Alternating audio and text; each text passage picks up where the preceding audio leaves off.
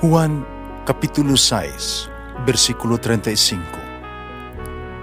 Si Jesus miingon kanila, "Ako mao ang pan nga naghatag sa kinabuhi. Ang muari kanako dili nagayod gutomon, ug ang mutuo kanako dili nagayod uhawon." Ang mga puno Pan sa kinabuhi. maglikon unta sa mong pagtuo ug gagakabi sa pagtuman sa imong mahal nga kasuguan. Ginumana kaninyo. Santos nga Ebanghelyo sumala ni San Mateo. Nitong adlaw, ibiya sa Jesus sa balay, miadto sa daplin sa lanaw, bilingkod siya didto, aron pagtudlo. Daghan kaayong mga tao nga may alirong kaniya.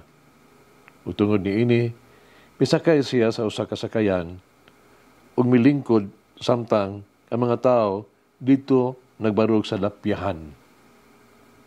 Bigamit siya mga sambingay aron pagtudlo kanilang daghang mga butang.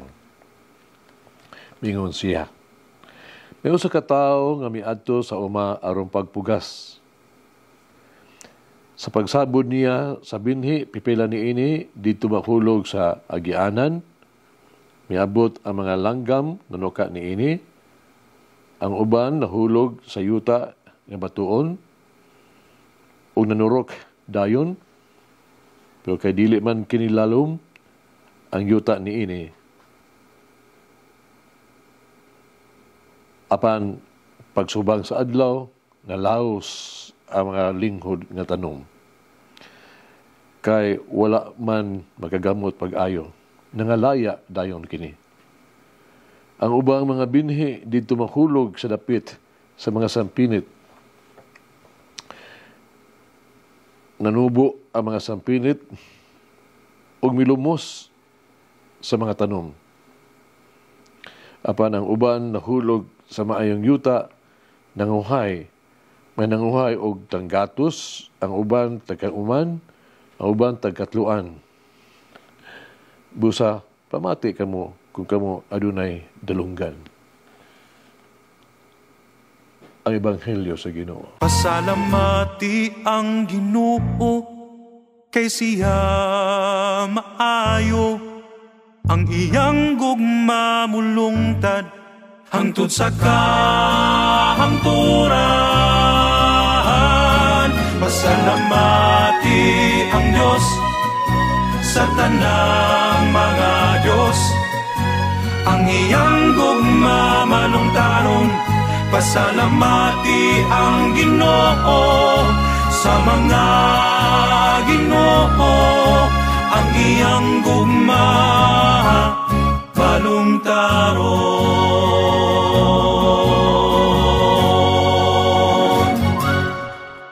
Sa Ebanghelyo karong adlaw, atong kamalandungan kining duha ka pulong, ang magpupugas o ang binhi. Una ang magpupugas. Ang magpupugas, nahibalo ng daan, nga dili ang tanan nga iyang binhi muturok, mutubo, umulungtad ug dugay. Ang uban nga liso, mausik. Ang uban, mamatay la sa dayon. Ang uban, kanon sa mga langgam. Pag kini wala magpasabot, nga magpupugas, nga tungad tumuhunong sa pagpugas. Hinoon siya, wala maluya, mapugas gihapon siya. Wala siya ang dili siya ang maguol. Dili siya ang mahigawad. Kinahanglan siyang bulak hutay ug mapadayon sa pagpaningkamot sa pagtrabaho ug maayo. Kinahanglan siyang mapailubon sa pagpugas, pagtikad, pag-atiman, pag-ayo sa liso. Kay sa kaulayhan, aduna unyay siya maani. Maangko na to ang ato ang mga kakulian. Na Nakaango sa ta sa ito ang kapilihan, kasagmuyo. Kita isalikway o kahabugal-bugalan, apan, dili unta kita angay kawadaan o kadasig o desperado, discouraged.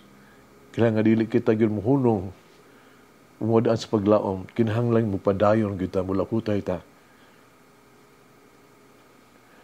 Nganuman.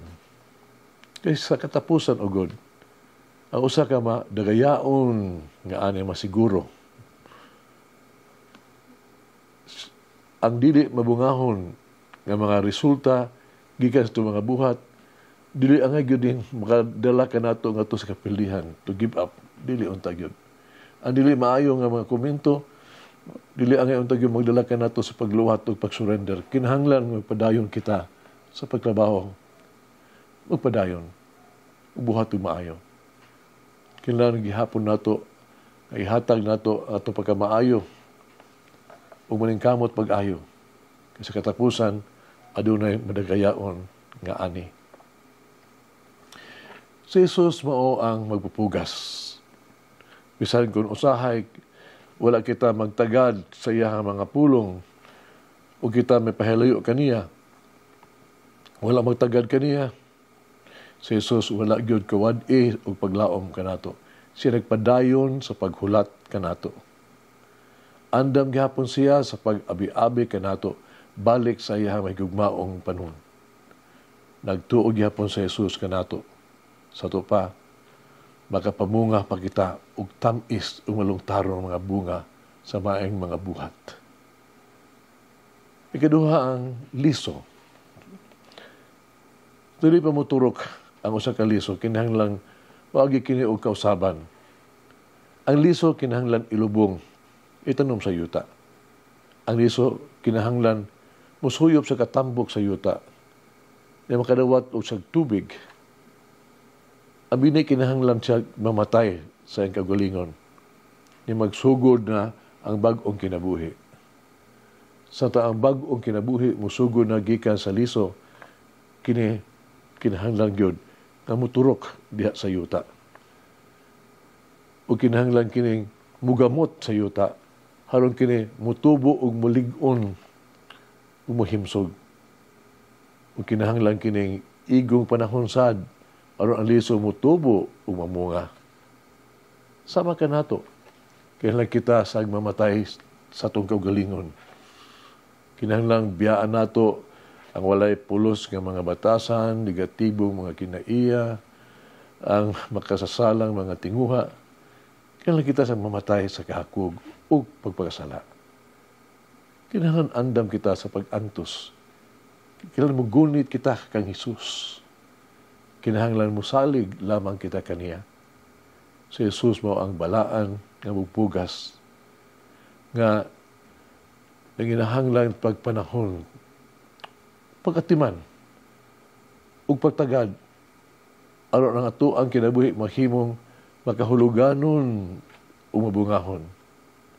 Si Jesus nanalipod ka nato o maghimo ka natong mabungahon. Ang pulong sa Dios maong binhi. Di lamang nato madungog ang pulong sa Dios, kinahanglan natong may baluan kini pinaagi. Kinasingkasing gayon. Kinahanglan natong masabtan kini ug labaw pa sundo nato kini.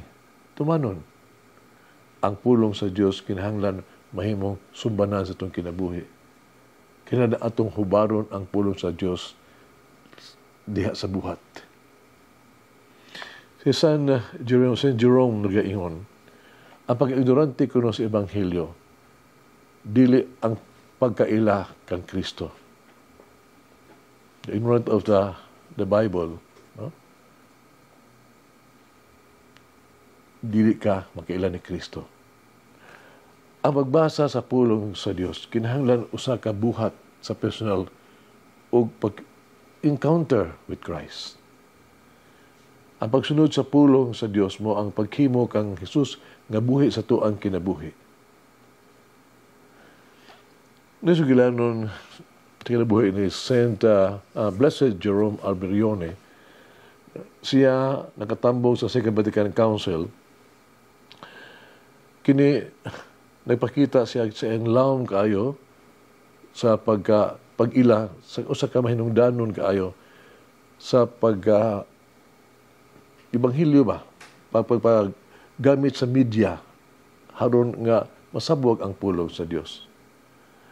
Ang pagtulong sa simbahan giulahan og enter merifica sa publiko nagmatuod sa paggamit sa mass media isip mahinungdanon nga kinahanglan kaayo alang papakaylap sa pulong sa Dios.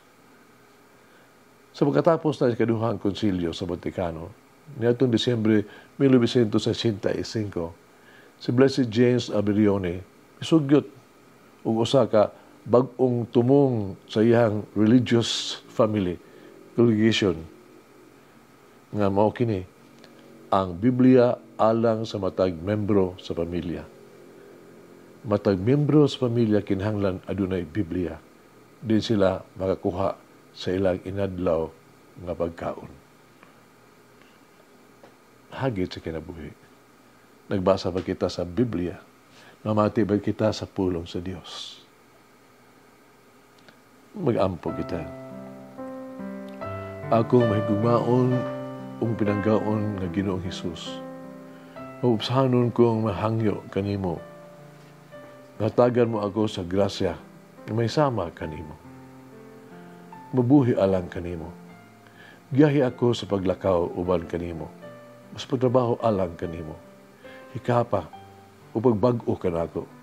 Libyuhi ako o usba ako. Higugmaon pinanggaon kong Ginoong Hesus. Himoa nga ako nga imuhang hunahuna, din ikaw makahunahuna. Himoa nga ako ang imuang kasing-kasing, din ikaw magpuyo o magmahal. Himoa ako nga imuhang tingog, din ikaw makasulti. Tuguti ako nga maghimong imong kamot, din ikaw makatabang o makaayo. Amen. Mama Mary, teach me to allow Jesus to work through me to shepherd His people. Mulangin ang Diyos magagahom sa tanan, Amahan, Anak, Espiritu Santo. Amen. May the Lord of the divine mercy bless us all, heal us from all diseases and suffering. Ayun unta niya kita, tanang mga sakit na sa lawas, o sa kalag, body and soul. In the name of the Father, the Son, and of the Holy Spirit. Jesus, I trust in you. Amen. Whoever eats the bread of life will never hunger, says the Lord. Kay galaan inyong nabati ang pagpaambit ug hamubong pamalandong sa pulong sa Dios pinaagi sa tulumanon pan sa kinabuhi nga gidumala ni Monsignor Daddy Silva. Hangtod na usab sa sunod higayon, daghang salamat. The bread of life